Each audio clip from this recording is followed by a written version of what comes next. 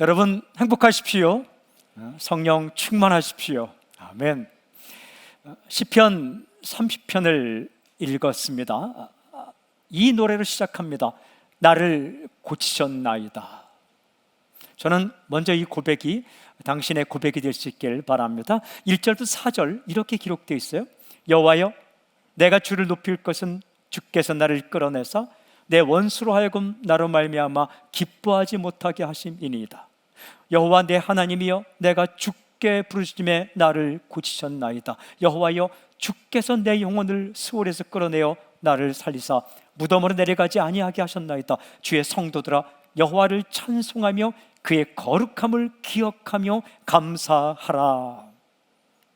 먼저 이 4절을 보면 아주 중요한 단어 두 가지가 나와요. 하나는 기억이라는 말이고 다른 하나는 감사라는 말입니다.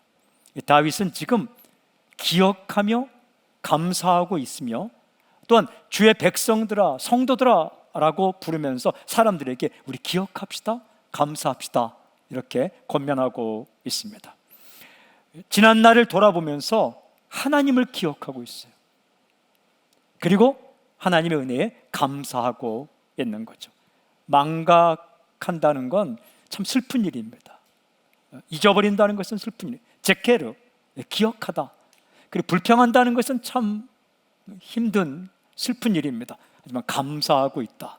여기 성도들아라고 부르는 성도들은 이 단어를 찾아보니까 하시딤이라고 되어 있는데 이건 헤세드라는 말과 동일한 어근을 가지고 있어요. 헤세드는 뭐냐면 하나님의 은혜, 하나님의 사랑.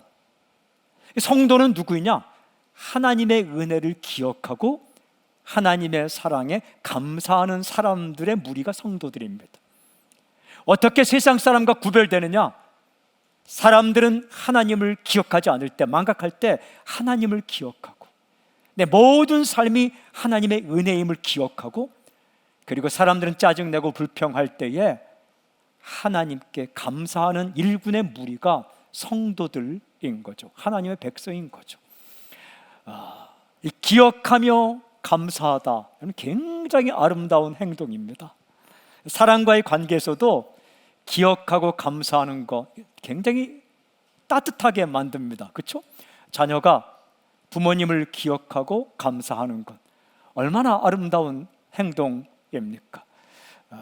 어떤 리더가 함께 있던 사람들을 기억하고 그리고 그들에게 땡큐, 감사하는 것, 이건 정말 본인도 행복하게 만들고 다른 사람도 행복하게 만드는 두 가지 행동이죠. 하나님과의 관계에서도 마찬가지입니다.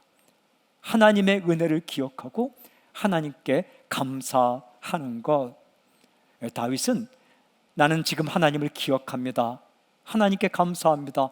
백성들아, 우리 은혜 받고 은혜로 살아가는 주의 성도들이여, 우리 하나님을 기억합시다, 하나님께 감사합시다 라고 노래를 부르고 있는 거죠. 질문이 있어요. 무엇을 기억하고 있는가라는 거예요. 무엇을 감사하고 있는가? 그는 이렇게 노래하죠. 2절에 나를 고치셨나이다. 하나님께서 나 고쳐주셨습니다. 그걸 기억하는 거예요. 하나님께서 나를 고치셨습니다. 그걸 감사하고 있는 거예요. 고치는 능력, 이거 굉장한 능력입니다. 하나님의 능력입니다. 하나님은 의사이십니다.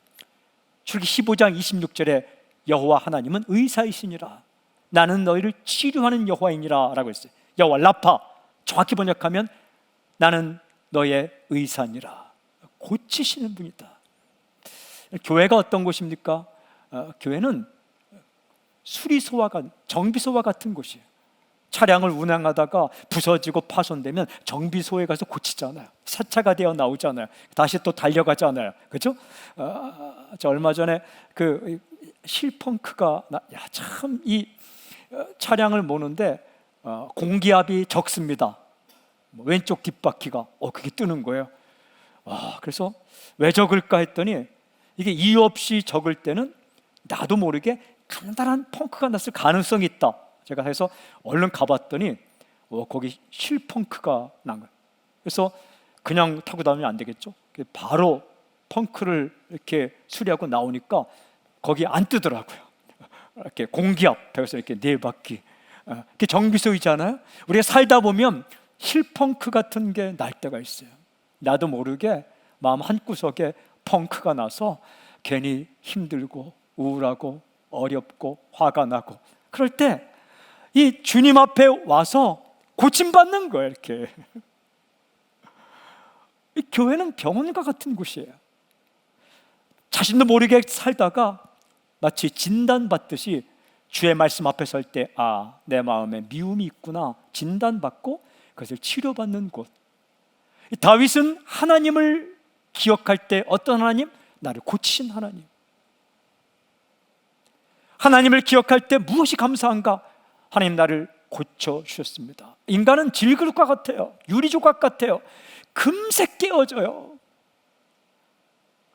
자동차 새거 타고 갈 때 엄청 기쁘죠. 그러다가 누가 슥 긁으면 슬프죠. 순식간에 새 옷 입었죠. 음식 튀면 슬프죠. 머리 멋있게 세팅했어요. 바람 불면 슬프죠.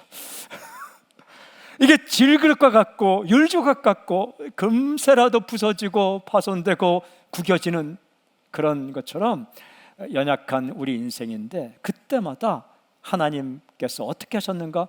고쳐주셨고 수리해 주셨고 바꾸어 주셨습니다. 이 경험을 이게 시인 다윗은 오늘 읽은 1절부터 4절 이렇게 말합니다. 나를 끌어내사, 내 영혼을 수월에서 끌어내어 나를 살리사. 끌어내다 라는 말이 2번 나옵니다. 달라라는 히브리어는 이런 의미입니다. 이렇게 우물 속에 큰 바가지를 탁 떨어뜨려서 물을 끌어올리다, 이게 달라라는, 끌어내다. 어떤 의미냐 하면, 내가 지금 우물에 빠져 있습니다. 우물에 빠져서 내 힘으로 내가 나올 수 없습니다. 하나님께서 그 위에서 큰 바가지를 탁 떨어뜨려서 나를 그 위에 태워서 끌어내 주셨습니다. 슬픔에 잠겨 있을 때, 근심에 잠겨 있을 때, 정말 불평과 한숨과 절망과 그 무서움에 잠겨 있을 때 하나님께서 나를 끌어올려 주셨습니다. 근데 여기서 보면 스올에서, 스올은 죽음의 장소입니다. 마치 거의 반 죽은 것 같을 때도 끌어올렸다. 다른 의미로는 이렇게 되어 있어요. 나를 살리사, 살려주셨습니다. 살려주셨습니다. 하나님의 능력 가운데 정말 최고의 능력이 무엇이냐? 고치는 능력, 살리는 능력, 물에 빠진 사람을 구하듯이 끌어내는 능력. 하나님, 나는 그 하나님의 은혜를 기억합니다. 나는 그 하나님의 은혜를 감사합니다 라고 노래하고 있는 거죠. 정말 중요한 질문.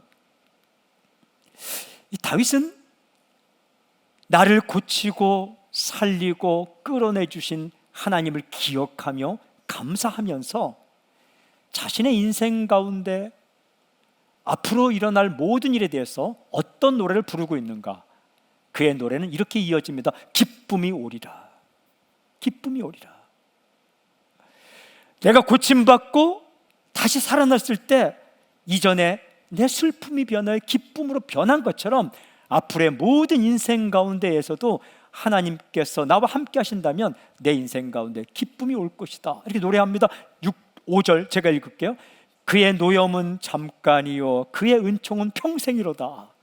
저녁에는 울음이 깃들일지라도 아침에는 기쁨이 오리로다.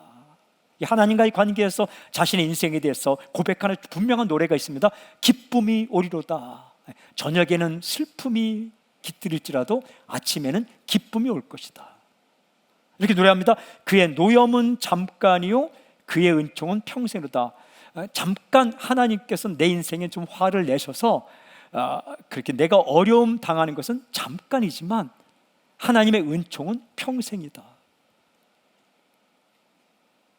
하나님의 은총은 평생이다.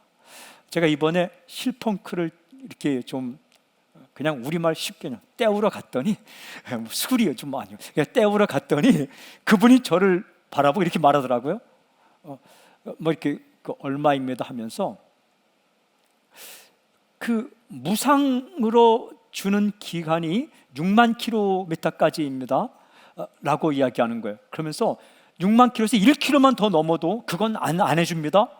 기한이 있다는 거예요. 기한, 무상 보증 기간이, 그 무상으로 해줄 수 있는 기한이 6만 킬로 뭐가 있다는 거예요. 그러니까 나한테 막 얘기하는 거예요. 난 뭐 물어보지도 않았는데 1km만 오버돼도 안 해줍니다 그러는 거예요. 그게 뭡니까 했더니 와이퍼 갈아준다는 거예요. 이렇게 비 올 때에 이렇게 닦는 거 있잖아요. 그걸 한 번 더 주는데 6만 킬로 될 때까지 오면은 한 번 바꿔준다는 거예요. 근데 그 6만 킬로가 넘어가면 절대로 바꾸지 않는 거예요. 아, 이게 뭐든지 기한이 있더라. 이렇게 기한이 넘으면 안 해준다는 거예요. 그 제가 너무 해달라는 얘기도 안 했는데 그러면 내가 뭐 몰고 가다가 55,999km면 얼른 그거 바꾸러 가야 되나요? 그런데 이제 우리 간사님이 똑똑하셔서 알아보니까 6만 킬로미터 이전에 가면 그걸 받아놨다가 이렇게 필요할 때 내가 바꾸면 된다고. 아, 그렇구나. 근데 제가 이번에 다시 느낀 것은 세상에는 다 기한이 있구나. 우리 이런 말 하죠. 내가 이번에 한 번까지는 용납하지만 다음에는 안 돼. 내가 3번까지는 참을 수 있어. 근데 저는 오늘 이렇게 보니까 그의 은총은 평생이로다. 하나님의 은혜는 기한이 없더라고요. 하나님의 은총은 평생이로다. 하나님께서 이렇게 저를 찾아오셔서 만약에 나 너 고쳐주는 것 이번이 마지막이야. 오늘 기뻐하십시오. 오늘 살빙에는 기한이 없습니다. 그 살리는 빙수, 저는 살리는 빙수 너무 사랑해요. 그런데 오늘이 좀 이렇게 오늘까지 하지만 그 오늘 2개 드셔도 되고 3개 드셔도 되고 4개까지는 모르겠어요. 이렇게 추천입니다. 여러분, 이 하나님의 은혜는 평생이다. 이게 무슨 뜻이냐면 다윗이 경험하기를 내가 아프고 상처받았는데 하나님께 갔더니 고쳐주셨어요. 또 갔는데 또 고쳐주시는 거예요. 또 그렇게 어려운데 또 갔더니 또 회복시켜 주시는 거예요. 이게 사랑이에요. 이게 은혜예요. 이게 은혜예요. 이게 은혜예요. 그래서 다윗은 이렇게 고백하는 거예요. 내게 잠깐 울음이 깃들지라도, 하나님의 진노로 말미암아 내가 잠깐 어려움 중에 있을지라도 하나님의 은혜는 평생이기 때문에 내가 다시 주 앞에 나아가면 다시 하나님은 고쳐주실 겁니다. 잠깐 슬픔이 있더라도 아침에는 기쁨이 다시 올 것입니다.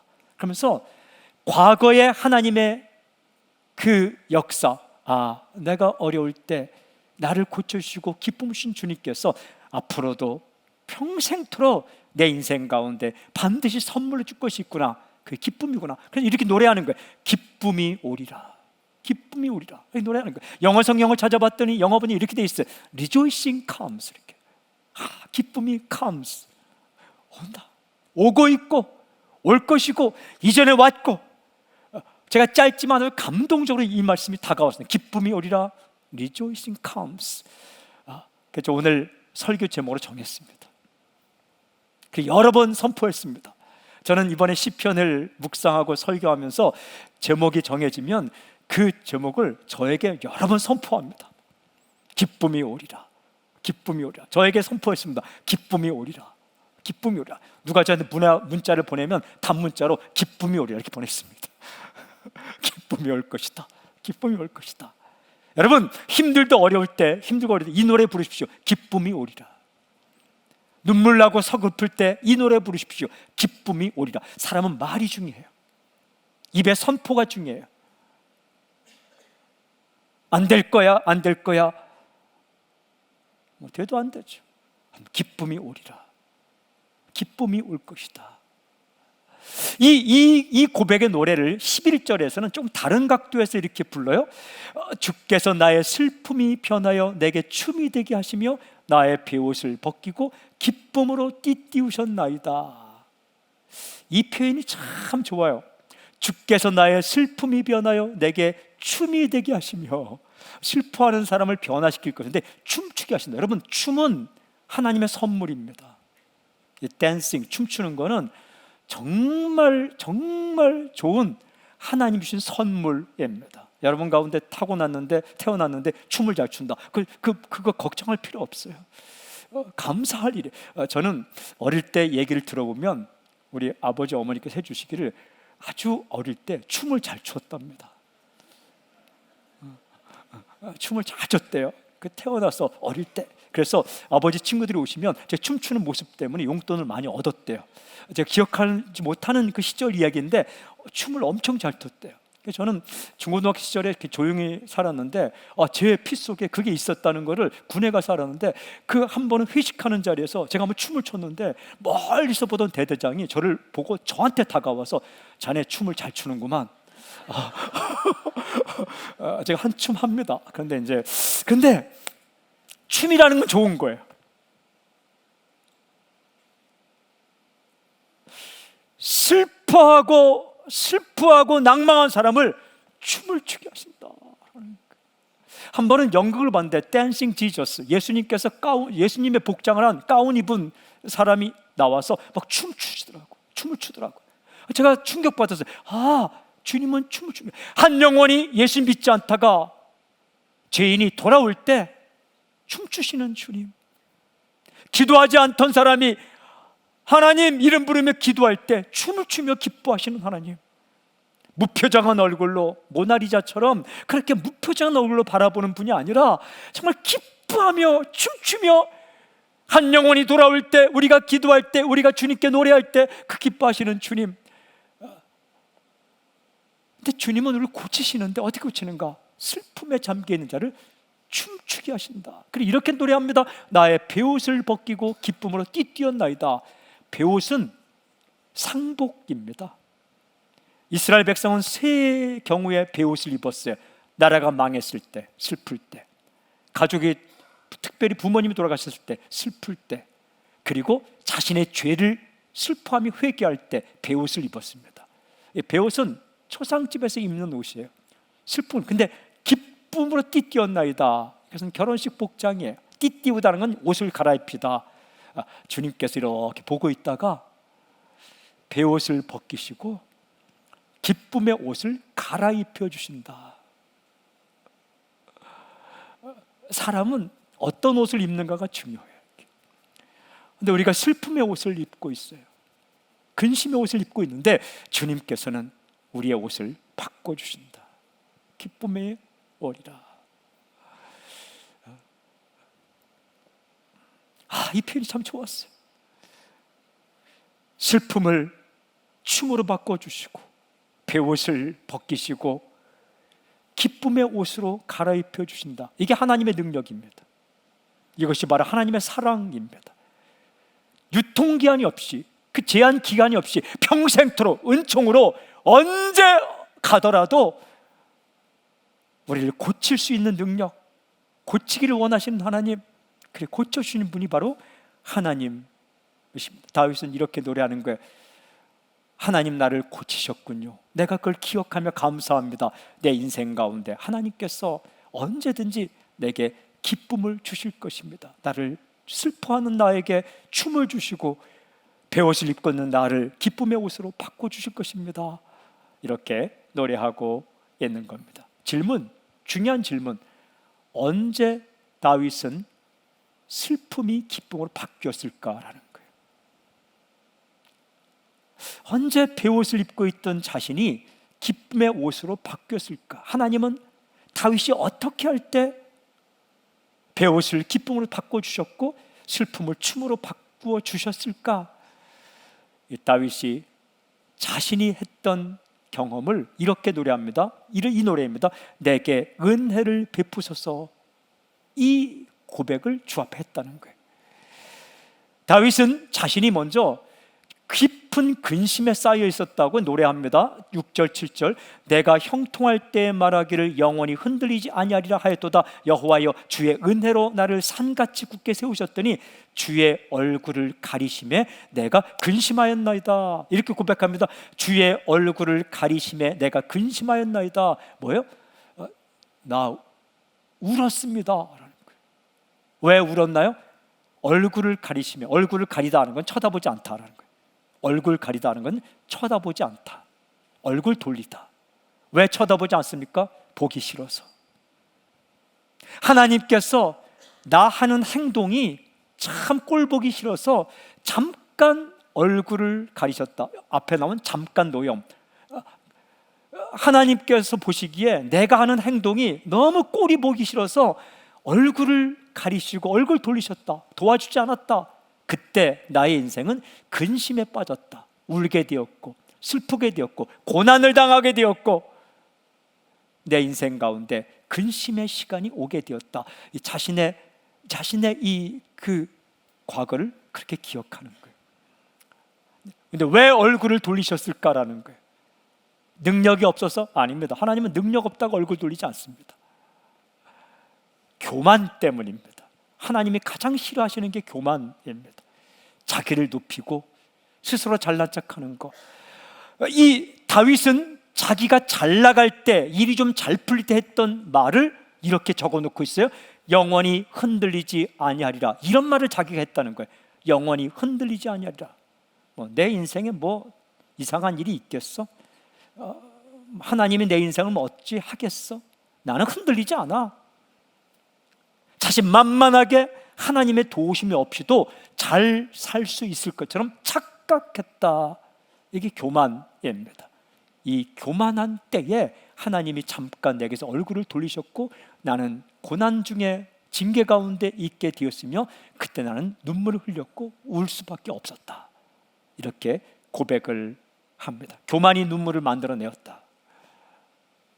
이 근심과 눈물의 시간 속에 다윗은 울면서 하나님 앞에 서게 됩니다. 그러면서 깨달은 게 있는데 자신의 인생의 과거를 이렇게 돌아보면서 한 가지를 깨닫게 됩니다. 그 깨달은 게 뭐냐면 이렇게 노래합니다.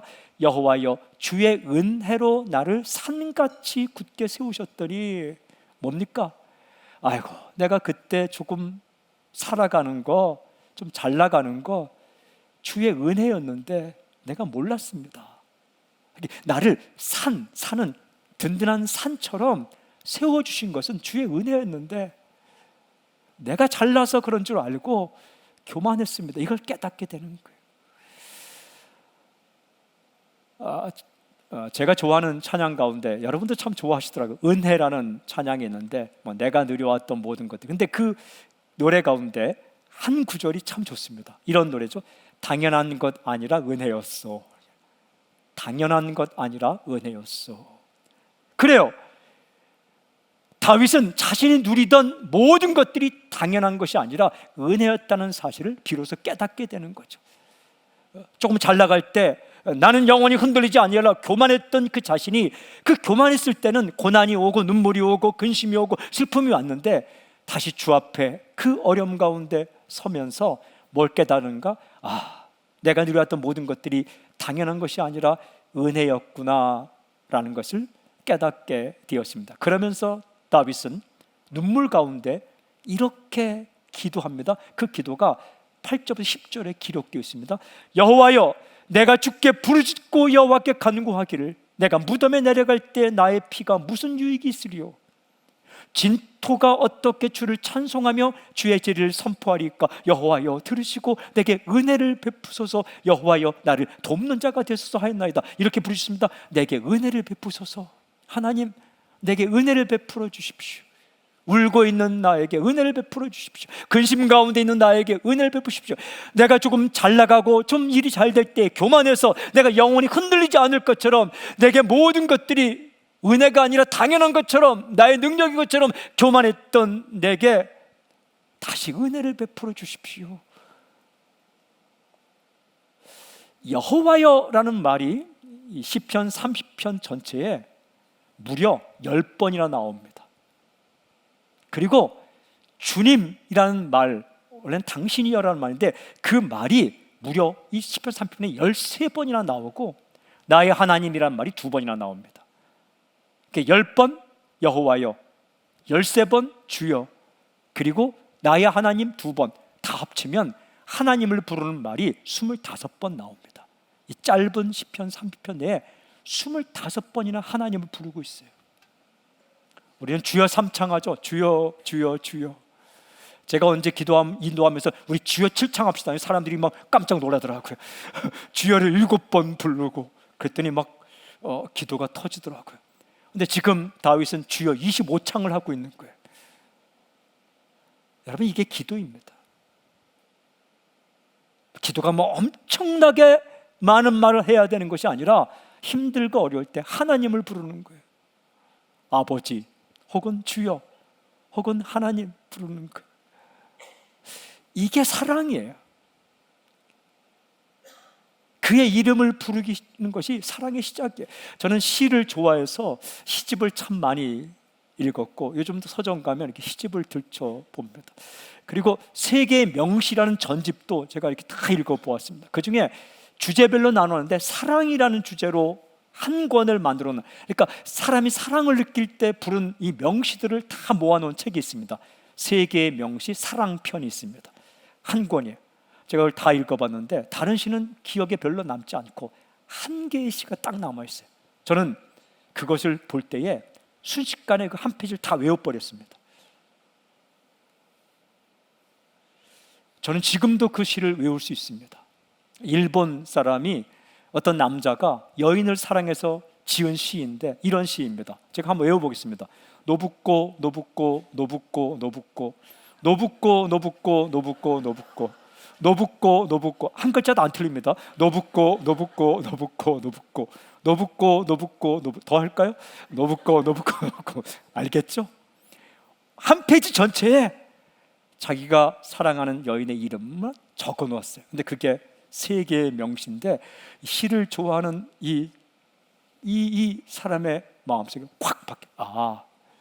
얼마나 보고 싶으면, 얼마나 사랑하면, 얼마나 마음속에 사무치면 아무 말 할 수 없이 그의 이름만 적어놓고 있을까. 기도가 그런 거예요. 하나님, 그의 은총은 평생이에요. 여러분, 아기가 힘들 때에 엄마 부르잖아요. 한번 불렀다가 나 어제도 엄마 불러서 그 우유를 받아 먹었는데 오늘 또 부르면 얼마나 미안할까. 내가 해주는 것도 없고 똥 오줌 싸면 엄마 부르잖아요. 내가 이렇게 똥 오줌도 아직도 못 가려서 내가 이 땅에 태어난 지 지금 며칠이 지났는데 그렇지 않잖아요. 그냥 엄마 부르잖아요. 힘들면 아프면 엄마 부르잖아요. 내가 건강관리도 잘못하고 이렇게, 그게 아니잖아요. 그럼 엄마는 어떻게 해요? 아기가 부를 때마다 응답하잖아요. 너 지금 나이가 몇 살인데 이렇게 말하지 않잖아요. 내가 어제 내가 우유를 줬는데 그렇지 않잖아요. 부를 때마다 응답하잖아요. 그게 하나님과 우리와의 관계인 거예요. 여러분, 기도가 무엇이냐? 여호와의 이름을 부르는 거예요. 하나님의 이름을 부르는 거예요. 내가 힘들고 어려울 때 내가 한번 해보겠다고 끙끙거리다가 그 밑바닥에서 하나님 부르는 거예요. 주여. 다윗은 그 경험을 이야기하는 거예요. 잘 나갈 때에 내가 영영이 흔들리지 아니하리라 교만했을 때 하나님께서 얼굴을 가리우고 좀 정신 차리라고 고난을 주고 징계를 줘. 잠깐 고난을 겪었는데, 하나님의 진노를 사 잠깐 어려움을 겪었는데, 그때에 다윗이 여호와여 하나님이여 나의 주님이시여 불렀는데 하나님께 나를 고쳐주셨고 그 슬픔을 변하여 기쁨으로, 내 근심을 변하여 춤으로 바꿔주셨다. 이 하나님을 기억하고 감사하며 나를 고치신 하나님 앞에 이렇게 고백하는 거예요. 하나님, 주의 은총은 평생입니다. 나를 지금도 고쳐줄 것이고 내게 기쁨이 올 것입니다. 기쁨이 오리라. 자신의 인생에 대해서 노래하는 거예요. 기쁨이 오리라. 그런데 그 눈물의 밤이 기쁨의 아침으로 바뀌는 길목에 회개와 간절한 기도가 있다는 거예요. 은혜를 구하는 기도. 근심이 춤으로 바뀌는 그 길목에 교만이 사라지고 그 회개와 겸손과 기도가 있다. 은혜 간구. 여러분, 은혜 망각은 눈물을 흘리게 만듭니다. 하지만 은혜 기억은 다시 기쁨으로 바꾸어 주시는 것이죠. 여러분, 이렇게 부르주십시오. 내게 은혜를 베풀어 주십시오. 내게 은혜를 베푸소서. 내게 은혜를 베푸소서. 이렇게 노래한 다윗은 이 시편 30편의 마지막 절 12절에 이렇게 노래합니다. 이는 잠잠하지 아니하고 내 영광으로 주를 찬송하게 하시니 여호와 나의 하나님이여 내가 주께 영원히 감사하리이다. 하나님께 감사하며 살겠습니다. 제가 이번에 시편 30편을 읽고 묵상하며 기도하는데 이 메시아이신 예수님에 대해 생각을 많이 하게 되었어요. 시편 30편 말씀을 읽고 또 읽고 묵상하는데 성령님께서 아주 깊게 저를 예수님을 생각하는 시간으로 몰아넣었습니다. 그런데 누가복음을 이렇게 읽고 가다가 예수님께서 제일 처음 하신 설교가 다시 마음에 들어왔어요. 역사가인 누가는 누가복음을 쓰면서 예수님께서 첫 설교했던 것을 아주 유일하게 기록을 합니다. 예수님께서 회당에 들어가셨는데 사람들이 부탁을 했어요. 그래서 성경을 가지고 와서 구약성경을 읽었습니다. 읽고 나서 이렇게 말했습니다. 이 성경의 예언이 오늘 이루어졌다. 근데 그 읽은 말씀을 누가복음에 이렇게 기록합니다. 4장 18절 19절 주의 성령이 내게 임하셨으니 이는 가난한 자에게 복음을 전하게 하시려고 내게 기름을 부으시고 나를 보내사 포로된 자에게 자유를 눈먼 자에게 다시 보게 함을 전파하며 눌린 자를 자유롭게 하고 주의 은혜의 해를 전파하게 하려 하심이라 하였더라. 이 구절입니다. 메시아 구원자가 오시면 어떤 일이 일어나는가? 성령님의 역사로 말미암아 성령님이 그 메시아 위에 임할 것이며 그 메시아를 통해서 어떻게 포로된 자에게 자유가 임한다. 뭔가 묶여있는 자가 자유케 된다. 인간은 묶여져 살아요. 과거에도 묶이고 돈에도 묶이고 사람에도 묶이고 상처에도 묶이고 슬픔에도 묶이고 가장 큰 죽음에 묶여 있어요. 그런 사람을 자유케 한다. 그분이 메시아 예수님입니다. 그 다음에 눈먼 자에게 다시 보게 함을, 볼 것을 못 봐요. 뭐가 진짜 중요한지 보지 못하고 사는 자에게 다시 눈을 열어 보게 한다. 그 다음에 눌린 자를 자유케 한다. 눌려 살아요. 스트레스 눌려. 하지만 이 인간을 자유케 한다. 죽음으로부터 자유케 하고 상처로부터 자유케 하고 분노로부터 자유케 하고 근심과 걱정으로 자유케 한다. 그런데 메시아가 오시면 이런 사건이 있을 것이다. 이 구절을 읽고 이렇게 말씀하셨습니다. 이 예언이 오늘 이루어졌다. 무슨 뜻입니까? 내가 메시아다라는 거. 그게 첫 번째 설교입니다. 기가 막힌 설교입니다. 그런데 이 예수님께서 읽으신 이 본문이 어디에 있는 말씀인가? 이사야 61장에 있는 말씀이에요. 이사야 61장 전체를 읽으셨을 거예요. 근데 61장에 보면 조금 더 자세하게 정확하게 똑같이 기록되어 있지만 조금 더 자세하게 기록되어 있습니다. 이렇게 기록되어 있습니다. 61장 1절부터 3절까지 주 여호와의 영이 내게 내리셨으니 이는 여호와께서 내게 기름을 부으사 가난한 자에게 아름다운 소식을 전하게 하려 하심이라. 나를 보내사, 메시아 예수님이죠, 마음이 상한 자를 고치며 포로된 자에게 자유를, 갇힌 자에게 노임을 선포하며 여호와의 은혜의 해와 우리 하나님의 보복의 날을 선포하며 모든 슬픈 자를 위로하되 무릇 시온에서 슬퍼하는 자에게 화관을 주어 그 죄를 대신하며 기쁨의 기름으로 그 슬픔을 대신하며 찬송의 옷으로 그 근심을 대신하시고 그들이 의의 나무 곧 여호와께서 심으신 그 영광을 나타낼 자라 일컬음을 받게 하려 하심이라. 이 땅에 구원자로 오실 메시아 예수님, 그분이 오면 눌린 자를 자유케 하고 눈먼 자를 보게 하고 그 다음에 묶인 자를 다 풀어 해방시키시는데, 그때 일어나는 정말 구체적인 사건이 무엇인가? 이렇게 기록합니다.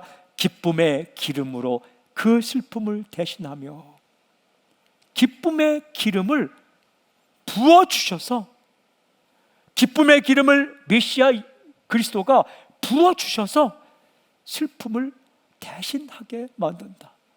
슬퍼하는 자를 춤추게 하고 울던 자를 웃게 만드신 분이 메시아 구원자 예수님이시다. 또 7절에 이렇게 기록되어 있어요. 너희가 즐거워할 것이라 영원한 기쁨이 있으리라. 이게 예수님이 오실 때 이 땅에 일어나는 사건이라는 거예요. 예수님은 누구신가? 슬픔을 기쁨으로 바꾸시는 분. 여러분, 기쁨은 깊은 영성입니다. 하나님이 주신 선물입니다.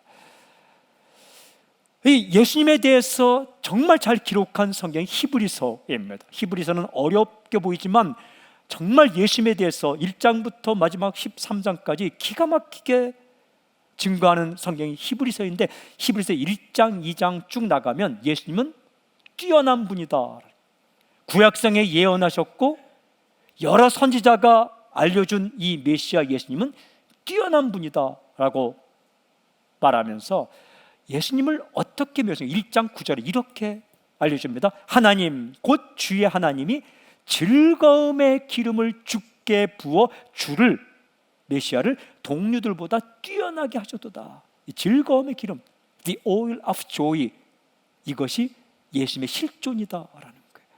이 즐거움의 기름을 여러 사람이 있지만 오직 한 분, the Messiah, the Christ, 바로 그 구원자에게, 예수님께 하나님께서 즐거움의 기름을 부어주셨다. 그래서 다른 동류들, 비슷한 인간들보다 뛰어나게 하셨다. 비교 불가, 엑셀런트하게 하셨다. 여러분, 예수님의 뛰어나심, 예수님의 정말 탁월성은 기쁨이다. 그리스도인의 탁월성은 기쁨입니다. 일 많이 하고 그게 아니라 기쁨이다.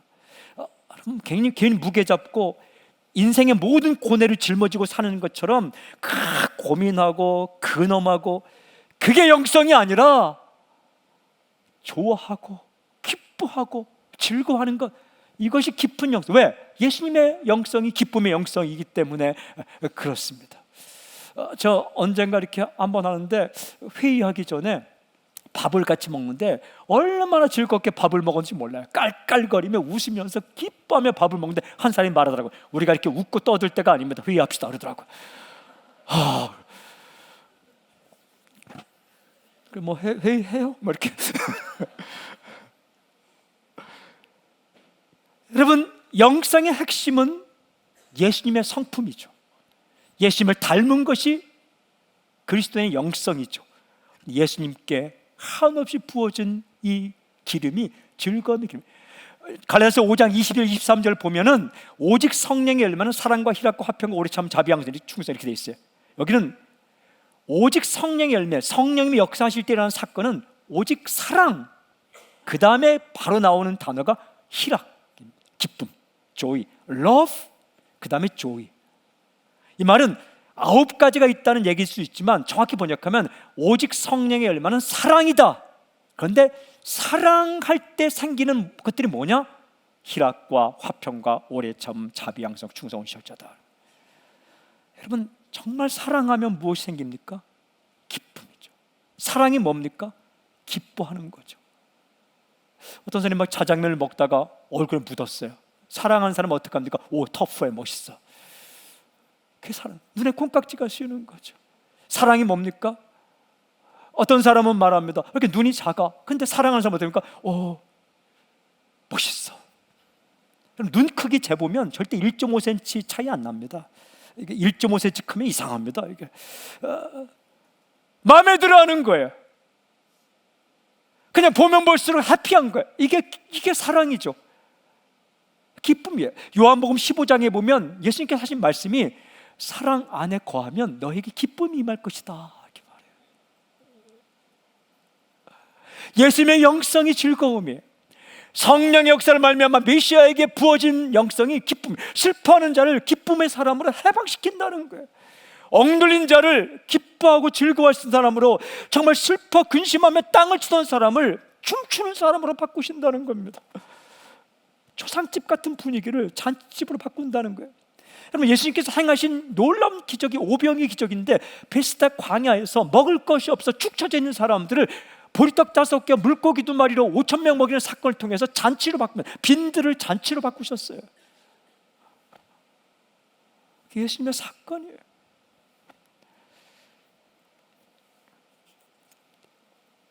저는 선포합니다. 당신에게 주님께서 기쁨의 기름을 부어주시길 바랍니다. 근데 우리는 이렇게 질문해요. 어떤 과정을 통해 기쁨이 임하지? 제가 잘 모르겠어요. 그런데 제가 기도하는 가운데 요한복음 2장에 기록된 물이 포도주 되는 사건이 생각났어요.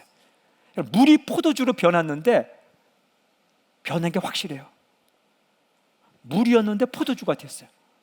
변한 거 확실한데 어떻게 바뀌었는지는 아는 사람도 있고 모르는 사람도 있을 거예요. 기쁨이라는 게 그렇게 임하는 거예요. 주 앞에 엎드려서 주님의 이름을 부르고 주 앞에 나의 교만을 회개하고 주의 은혜를 간구할 때에 어떤 프로세스를 통해서, 과정을 통해서 임하는지는 다 이해할 수 없을지라도, 어떤 이해가 가기도 해요. 다 이해할 수 없을 때에도 임한다는. 제가 일주일 동안 기쁨이 오리라, Rejoicing comes, 수없이 많이 저에게 선포했는데요, 기쁨이 오더라고요. 내가 왜 기쁘지? 모르겠어요. 그걸 설명하라. 설명이 안 될 수도 있어요. 어떨 때는 뭐 좋은 사람이 와서 기뻐할 때 그것은 설명이 돼요. 하지만 그냥 기쁨이 우리가 선포했는데 이 마음 가운데 주님 주시는 기쁨이 임할 때에 설명 불가. 하지만 사건이 일어나요. 물이 포도주가 되는 것처럼 물 같은 사람이 포도주 같은 사람으로 이 마음이 바뀌는 거예요. 저는 이 시간 눈물이 변해 기쁨이 되는 사건이 당신에게 있을지어다, 근심이 변해 춤이 되는 사건이 있을지어다. 여러분, 이 시간 주님의 은혜로 부르는 이 시편 30편 이 노래, 기쁨이 오리라, 이 노래가 당신의 인생의 노래가 되길 주님을 선포합니다. 제 마음에 기쁨이 임하니까 저는요, 이게 참 좋아한다는 게 기뻐하는 거고 좋아한다는 게 사랑한다는 건데, 세상에 많은 교회가 있지만 저는 모든 교회 다 소중히 여겨요. 그렇지만 그 중에 지상에 그냥 지역교회 하나를 뽑으라면 난 사람 살리는 교회 제일 좋아요.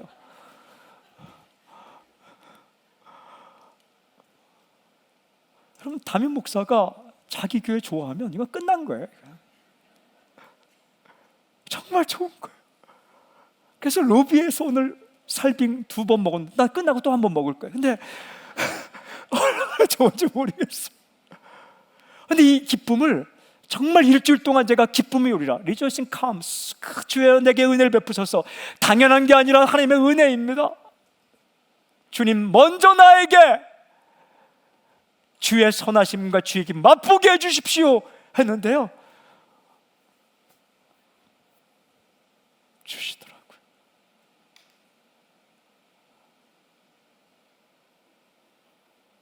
이 소중한 성도들을 보면서 이렇게 좋아하고 기뻐할 수 있는 마음을 주시니까 그것이 이게 선물이에요. 애쓰고 좋아야지 해도 안 될 때가 있는데 주님이 주셔야 되는 거예요. 저는 당신의 가족을 바라보며 기뻐할 수 있는 이 주의 은혜, 주의 능력, 하나님의 역사, 하나님의 선물이 임하기를 바랍니다.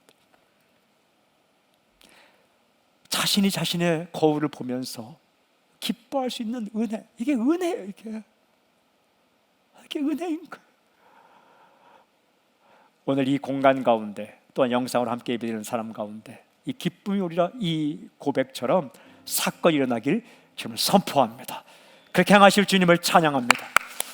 근심을 변하여 춤이 되게 하시는 주님을 찬양합니다. 배옷을 벗기시고 기쁨의 옷으로 띠띠우시는 주님을 찬양합니다. 할렐루야. 아멘. 아멘.